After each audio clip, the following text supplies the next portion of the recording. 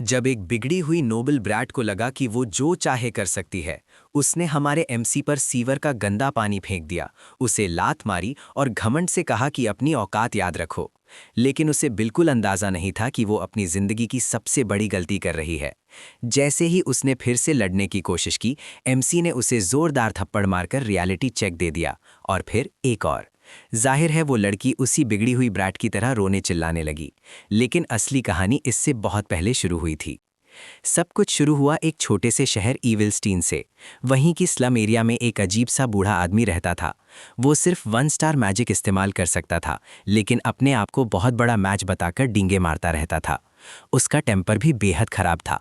बच्चे अगर उसे चिढ़ाते तो वो तुरंत गुस्से में आ जाता। और यही चिड़चिड़ा बूढ़ा आदमी था जिससे हमारा एमसी मैजिक सीखने का फैसला करता है। असल में एमसी ने उसे गुरु इसलिए चुना क्योंकि उसे अपने साथ कुछ फॉलोअर्स चाहिए थे, और बूढ़े आदमी को किसी ऐसे इंसान की ज़रूरत थी जो उससे ज्ञान ले सके। बूढ़ा अक्सर खड़ा होकर एमसी को मैजिक प्रैक्टिस करते देखता रहता। एक दिन उसके चेहरे पर हल्की मुस्कान आ गई, क्योंकि उसे समझ आ गया कि ये लड़का टैलेंटेड है। एमसी आसानी से माना के फ्लो को महसूस कर सकता था। इसी टैलेंट का इस्तेमाल करते हुए एमसी ने एक आइस स्पीयर क्रिएट किया और दूर खड़े पेड़ की तरफ फेंक दिया। स्पेल इतना सटीक था कि बूढ़े आदमी की रीढ़ में ठंडी सहरन दौड़ गई। उस दिन के बाद एमसी पूरा 1 साल उस बूढ़े के घर में रहा। वो उसके लिए छोटे मोटे काम करता, बदले में मैजिक सीखता, और धीरे धीरे वो खुद भी एक 1 स्टार मैच बन गया। एक रात बूढ़े ने उसे अपने पास बैठाया और कहा कि शहर की नॉर्डर्न वॉल के पार ऐसे नोबल्स हैं जो लीगल ड्रिंकिंग एज से पहले ही 3 स्टार मैच बन जाते हैं। फिर उसने कहा कि शायद एमसी जैसे किसी इंसान के लिए उस लेवल तक पहुंचना कभी संभव नहीं होगा। उसने चेतावनी दी कि ज़्यादा घमंड मत करना, क्योंकि जैसे ही वो 2 स्टार की दीवार से टकराएगा, उसकी सारी प्रोग्रेस वहीं खत्म हो जाएगी। बूढ़े का मानना था कि मैजिक पूरी तरह ब्लड लाइन पर निर्भर करता है। चाहे कोई कितना भी स्ट्रगल कर ले, अगर उसके पास नोबल ब्लड नहीं है तो वो कभी ऊपर नहीं पहुंच सकता। एमसी चुपचाप ये सब सुनता रहा, लेकिन उसे लगा कि ये सब बूढ़े आदमी की अपनी अधूरी इच्छाओं का दर्द है। उस रात माहौल अजीब सा भारी था, और अगली सुबह जब एमसी वापस घर लौटा तो उसने देखा कि बूढ़ा ज़मीन पर पड़ा है। उसकी लाइफलेस बॉडी पूरी तरह चोटों से भरी हुई थी। साफ दिख रहा था कि उसे बुरी तरह पीटा गया था। पहले एमसी ने सोचा कि बूढ़े ने कहीं झगड़ा कर लिया होगा, लेकिन बाद में उससे पता चला कि बूढ़े ने एक वेयरहाउस से 2 स्टार स्पेलबुक चुराने की कोशिश की थी, और इसी वजह से गार्ड्स ने उसे इतना पीटा कि वो हमेशा के लिए ऑफलाइन हो गया। एमसी हैरान रह गया। जो आदमी हमेशा कहता था कि ब्लड लाइन ही सब कुछ है, वो आखिर क्यों एक स्पेल बुक चुराने गया? क्या वो खुद भी उस सीमा को तोड़ना चाहता था? तभी अचानक एमसी के सामने एक चमकता हुआ स्टेटस स्क्रीन प्रकट हो गया। सिस्टम ने बताया कि उसने मैजिक के बेसिक्स अनलॉक कर लिए हैं, और अब उसे अपनी प्राइमरी स्कूल ऑफ मैजिक चुननी होगी। लेकिन सिस्टम ने एक चेतावनी भी दी। एक बार फैसला लेने के बाद इसे कभी बदला नहीं जा सकेगा। ट्विस्ट ये है कि एमसी असल में उस दुनिया का मूल निवासी नहीं था, और देखते ही देखते 4 साल और गुजर गए। अब एमसी एक और शक्तिशाली मैच के अंडर ट्रेनिंग ले रहा था। उसका नाम था कटिया फ्लेम हार्ट। वो पहले हाउस फ्लेम हार्ट की मिस्ट्रेस थी, जो कभी एक शक्तिशाली वाइकाउंट काउंटी हुआ करती थी। कटिया खुद एक 3 स्टार मैच थी, इसलिए कई मर्सनरी ग्रुप उसे अपने साथ लेना चाहते थे। जब वो ईविलस्टीन में रह रही थी, तब वो बेल्डन मर्सनरी कॉप्स के लिए कॉन्ट्रैक्ट लेती थी, और वहीं उसने एमसी को 1 स्टार मैजिक की असली ट्रेनिंग दी।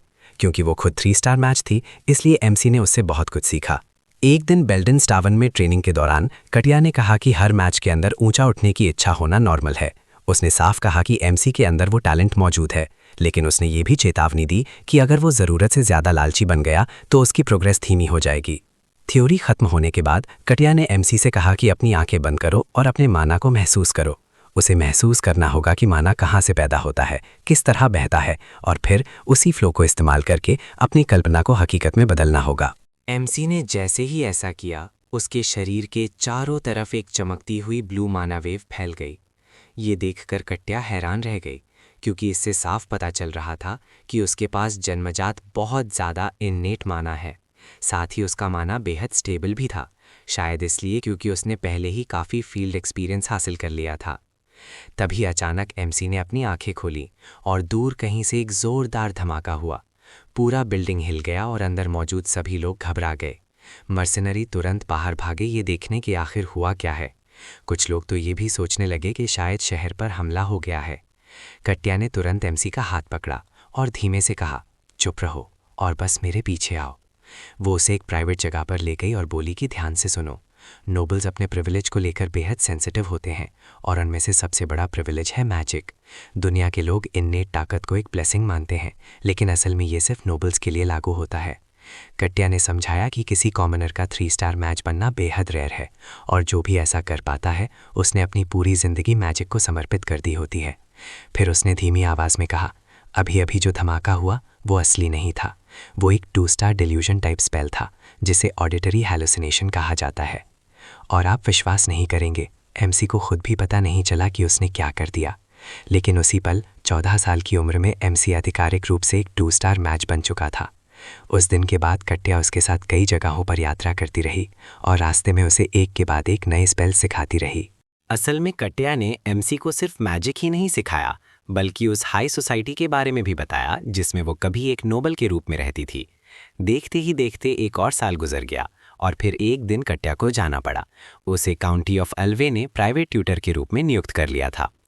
हाउस अल्वे एक बेहद पावरफुल नोबल हाउस था, इतना प्रभावशाली कि कैपिटल का ग्रैंड ड्यूक भी उनका सम्मान करता था, क्योंकि उनके साथ काउंट एल्वेटोर खड़ा था। कट्या के लिए ये ऑफर ठुकराना नामुमकिन था, क्योंकि इतने बड़े नोबल हाउस का मैजिक टीचर बनना किसी भी मैच के लिए बहुत बड़ी किस्मत की बात होती है। लेकिन जाते जाते उसने एमसी को एक गिफ्ट दिया, एक 2 स्टार स्पेल बुक। जब एमसी ने अपना स्टेटस स्क्रीन खोला तो उसमें कई मैजिक स्पेल्स दिखाई दिए, हालांकि उनमें से ज़्यादातर अभी लो लेवल स्पेल्स थे जिन्हें और डेवलप करना ज़रूरी था। 1 साल बाद एमसी ने खुद ही प्रैक्टिस करके 2 और 2 स्टार स्पेल्स मास्टर कर लिए।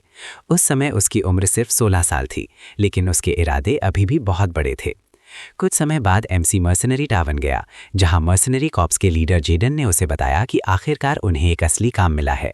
एमसी ने पूछा कि किस तरह का काम है, तो जेडन ने बताया कि ये हाउस टू प्लेन की तरफ से आया है, जो कि ग्रैंड डची का हिस्सा है। ये सुनकर एमसी भी हैरान रह गया। उसने पूछा कि इतने बड़े नोबल हाउस को उनके जैसे मर्सनरी क्यों चाहिए। जेडन ने उसे डांटते हुए कहा कि वजह से क्या फ़र्क पड़ता है, जब तक पैसे मिल रहे हैं काम करना चाहिए। उसने ये भी बताया कि डुप्लेन के पास इतना पैसा है कि वो पानी की तरह बहता है, और अगर ये काम सही से हो गया तो भविष्य में और भी बड़े कनेक्शन बन सकते हैं। फिर एमसी ने पूछा कि आखिर काम क्या है। जेडन ने बताया कि उन्हें ग्रैंड ड्यूक के इलाके के बाहरी हिस्से में कुछ मॉन्स्टर्स को काबू करना है। लेकिन ये सुनकर एमसी को तुरंत शक हो गया। उसने कहा कि ये अजीब है कि इतना बड़ा नोबल हाउस सिर्फ कुछ मॉन्स्टर्स के लिए मर्सनरी को बुलाए। इतना कहकर एमसी उठ खड़ा हुआ और बोला कि उसे ये कॉन्ट्रैक्ट नहीं चाहिए। जेडन चिल्लाया, रुको, लेकिन एमसी ने कहा कि वो शेडी जॉब्स नहीं करता। जेडन ने समझाया कि वो खुद ये काम करना चाहता था, लेकिन क्लाइंट को खास तौर पर एक मैच चाहिए, और आजकल मर्सनरी ग्रुप्स में मैच बहुत कम है, इसलिए ये काम सिर्फ एमसी ही कर सकता है। फिर भी एमसी को शक था। उसने कहा कि कुछ मॉन्स्टर्स को ख़त्म करने के लिए मैच की ज़रूरत होना बहुत अजीब है। तभी जेडन ने अचानक उसकी तरफ एक गोल्ड कॉइन फेंक दिया, एडवांस फीस के तौर पर, और बस उस एक गोल्ड कॉइन ने एमसी को दोबारा सोचने पर मजबूर कर दिया। कुछ ही देर बाद 3 लोग टैवन में आए। उनमें से एक ने अपना चेहरा हुड से ढका हुआ था। जेडन ने उन्हें एमसी से मिलवाया और बताया कि यही क्लाइंट है, लेकिन उनके साथ आया एक बूढ़ा आदमी तुरंत नाराज़ हो गया। उसने कहा, ये तो बच्चा है। वो जेडन से बोला कि उसने किसी काबिल इंसान की उम्मीद की थी, किसी बच्चे की नहीं। जेडन ने जवाब दिया कि एमसी असली टैलेंट है और वो सबसे बेहतरीन मैच है जिसे वो जानता है। बूढ़ा फिर भी मना कर रहा था, लेकिन तभी उस हुड पहनी महिला ने उसके कान में कुछ फुसफुसाया, और आश्चर्य की बात, बूढ़ा तुरंत मान गया। इसके बाद वे सब प्लेन एरिया की तरफ निकल पड़े मॉन्स्टर्स का शिकार करने। वहां एमसी ने बड़ी आसानी से कई गॉब्लिन्स को खत्म कर दिया। उसकी एथलेटिक मूवमेंट और जबरदस्त मैजिक पावर देखकर गॉब्लिन्स मानो कचरा बनकर बिखर गए। जब लड़ाई खत्म हुई तो वो बूढ़ा डिस्पैच ऑफिसर भी उसकी तारीफ करने लगा कि उसने इतनी जल्दी इतने गॉब्लिन्स को फिनिश कर दिया। बाद में जब एमसी वापस टैवर्न लौटा तो उसकी साथी पेलिन उस पर चिल्लाने लगी। उसने कहा कि वो नोबल्स का लैपडॉग बन गया है। पेलिन ने याद दिलाया कि चाहे कुछ भी हो जाए, उन्हें उन घमंडी नोबल्स के सामने झुकना नहीं चाहिए। लेकिन जेडन ने शांत होकर कहा कि इस काम के पैसे बहुत अच्छे मिले हैं। जैसे ही पेलिन को पता चला कि एमसी को एक गोल्ड कॉइन मिला है, वो तुरंत चिल्लाने लगी कि उसे भी इस काम में शामिल किया जाए। वो मजाक में बोली कि अगर जरूरत पड़ी तो वो नोबल्स के पैरों में भी रेंग सकती है। ये सुनकर जेडन गुस्से से बोला, चुप हो जाओ, ये काम ऐसा नहीं है। थोड़ी देर बाद पेलिन इतनी शराब पी गई कि वहीं सो गई। तब जेडन ने एमसी से पूछा कि काम कैसा रहा। एमसी ने कहा कि कुछ खास नहीं, बस कुछ गॉब्लिन्स को खत्म किया और काम खत्म हो गया। जेडन ने कहा कि पहली नज़र में क्लाइंट अजीब लगे थे, लेकिन उनके पास पैसा ज़रूर है। एमसी ने भी माना कि उनके पास पैसा है, लेकिन उसे अभी भी शक था कि वे सच नहीं बोल रहे।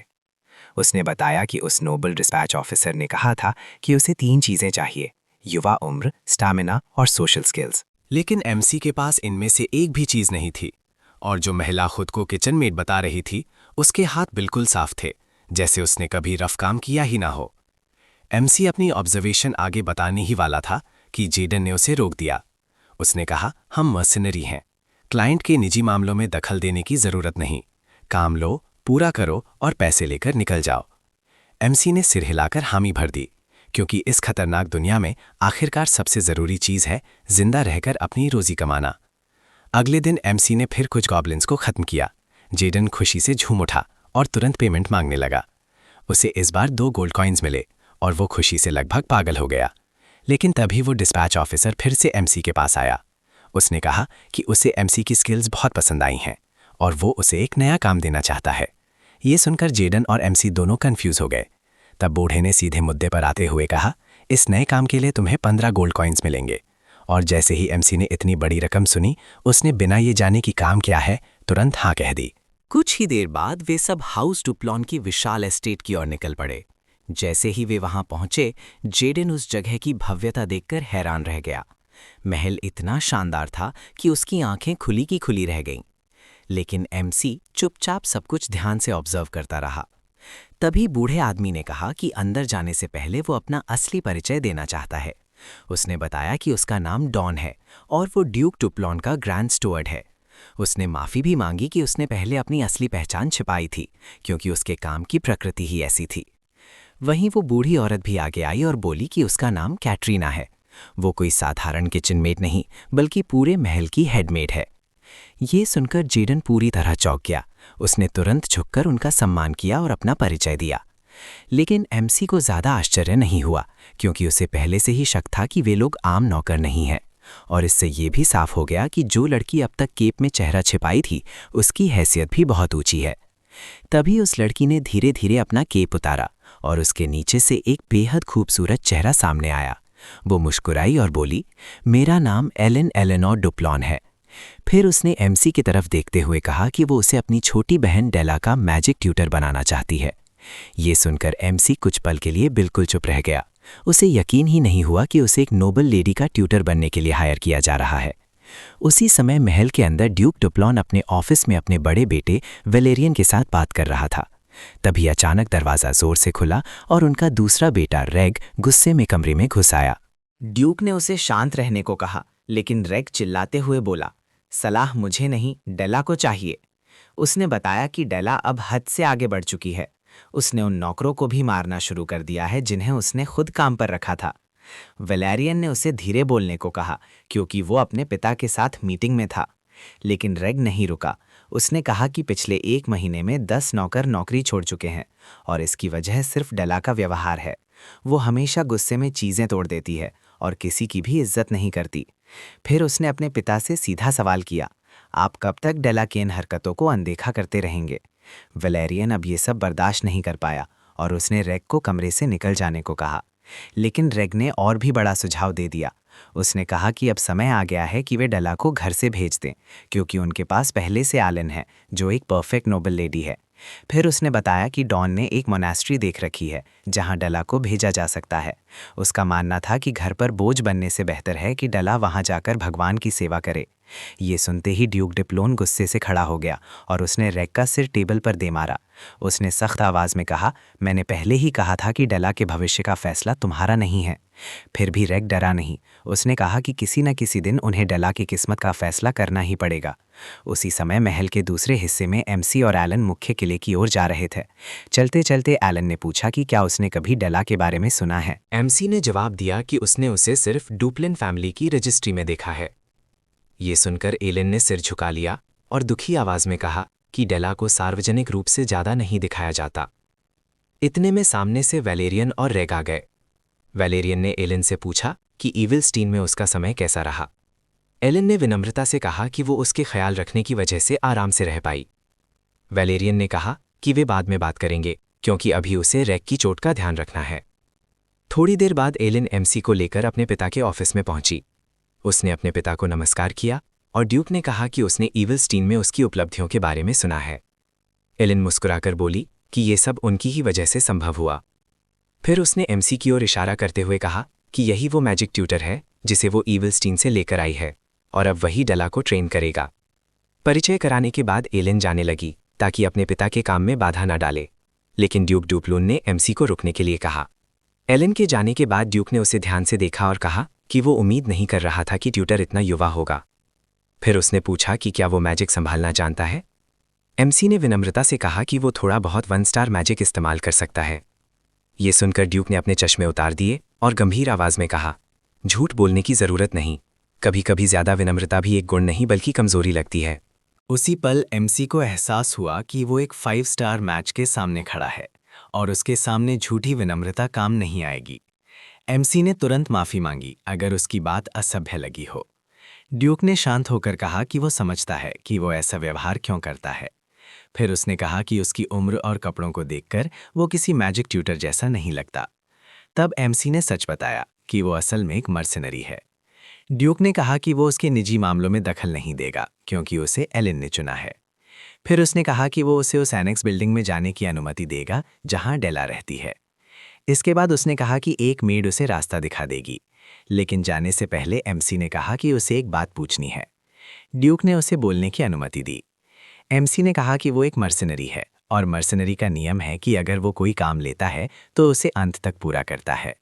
उसने कहा कि उसे डेला को मैजिक सिखाने के लिए रखा गया है ताकि वो एक सही नोबल लेडी बन सके और हाई सोसाइटी में प्रवेश कर सके।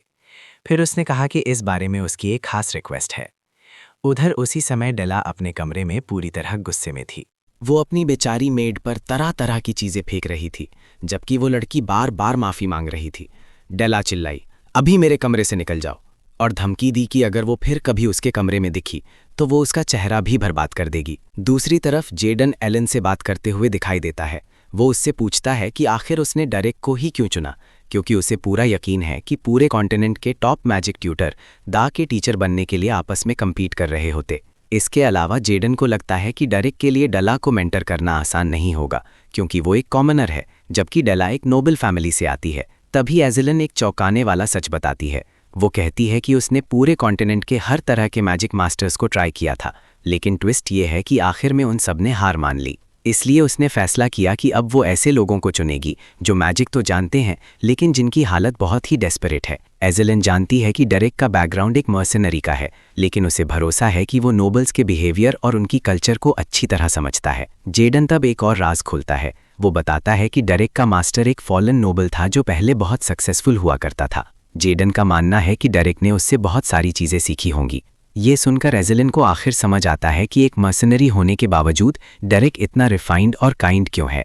एजिलन को भी लगता है कि अपने पास्ट एक्सपीरियंस की वजह से डेरेक शायद डेला को धीरे धीरे कंट्रोल में ला सके और उसे सही रास्ते पर लीड कर सके। लेकिन जेडन एलन को चेतावनी देता है। वो कहता है कि उसे लोगों को पढ़ने में और बेहतर होना होगा क्योंकि डेरेक एक ऐसा मैच है जो सड़कों पर बड़ा हुआ है और उम्र पूरी होने से पहले ही मर्सनरी का काम करने लगा था। जेडन सवाल करता है, क्या कोई ऐसा इंसान जो सड़कों पर पला हो सिर्फ रिफाइनमेंट और काइंडनेस के सहारे जिंदा रह सकता है? कुछ देर बाद डेरेक को डेला के कमरे तक ले जाया जाता है। वो दरवाज़ा खटखटाता है और अंदर जाकर अपना परिचय देने के लिए ग्रीट करता है। कमरे के दूसरी तरफ डेला बैठी होती है और वो उसे पास आने के लिए कहती है। डेरेक उसके कहने पर आगे बढ़ता है, लेकिन जैसे ही वो करीब आता है डेला के चेहरे पर एक खतरनाक स्माइल आ जाती है, जैसे वो पहले से कुछ प्लान कर चुकी हो। अचानक डेला उस पर बदबूदार पानी फेंक देती है और उसे सीवर रैट कहकर मजाक उड़ाने लगती है। वो लगातार उसे इंसल्ट करती रहती है। फिर वो कुर्सी पर खड़ी हो जाती है ताकि ऊपर से उसे नीचा दिखा सके। उसके हाथ में एक और बाल्टी होती है और वो भी डेरेक के सिर पर उड़ेल देती है, ये कहते हुए कि उसने ये पानी पहले से तैयार करके रखा था। पूरे समय डेरेक बिल्कुल चुप रहता है। कुछ देर में जब डेला के पास फेंकने के लिए पानी खत्म हो जाता है तो वो और ज़्यादा गुस्से में आ जाती है। वो डेरेक के सीने पर जोर से किक मारती है जिससे वो गिर जाता है। फिर वो अपना जूता निकालकर उसके ऊपर फेंक देती है और कहती है कि उससे बदबू आती है। इसके बाद वो वापस अपनी सीट पर बैठ जाती है और उसे याद दिलाती है कि उसकी औकात एक सीवर रैट से ज़्यादा कुछ नहीं है। लेकिन सच तो ये है कि डेला के कमरे में आने से पहले ही डेरेक ने डुप्लेन से एक लंबी बातचीत की थी उसने साफ कहा था कि डेला की प्रॉब्लम आसानी से सॉल्व नहीं होगी। उसी समय उसने डुप्लेन से पूछा था कि क्या वो उसे डेला की ट्रेनिंग के मामले में पूरी अथॉरिटी देगा। अब वापस कमरे में डेरेक धीरे धीरे खड़ा होता है और अचानक डेला के चेहरे पर एक जोरदार थप्पड़ जड़ देता है। उस एक थप्पड़ से डेला का पूरा शरीर शॉक में जम जाता है।